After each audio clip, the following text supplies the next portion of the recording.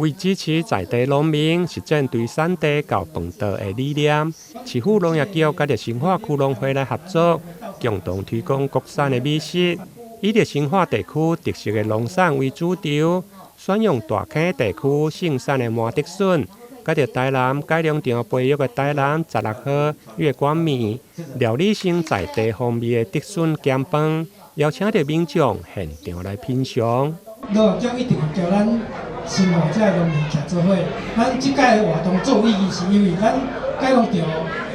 用心去研究出来台南上好食的台南16号月光面，咱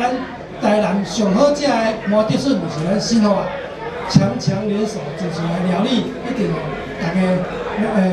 赞不绝口。今仔日啊，咱这个米啊是配合咱台南改良场吼，这个台南16号这个月光米咱改良场所育成的月光米。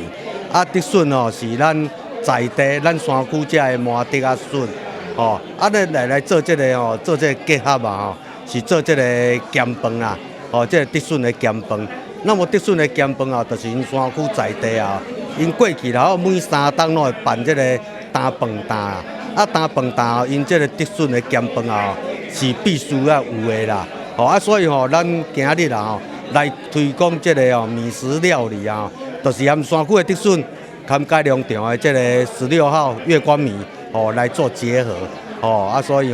咱今日来推广这个美食料理嘛希望所有这消费者会当加减支持咱台湾咱国产的这个美食。现场出席的除了农业局科长，还有议员李伟智，甲着余主清，以及农业部台南农改场的秘书。农改场表示，当初引进日本的月光米的品种，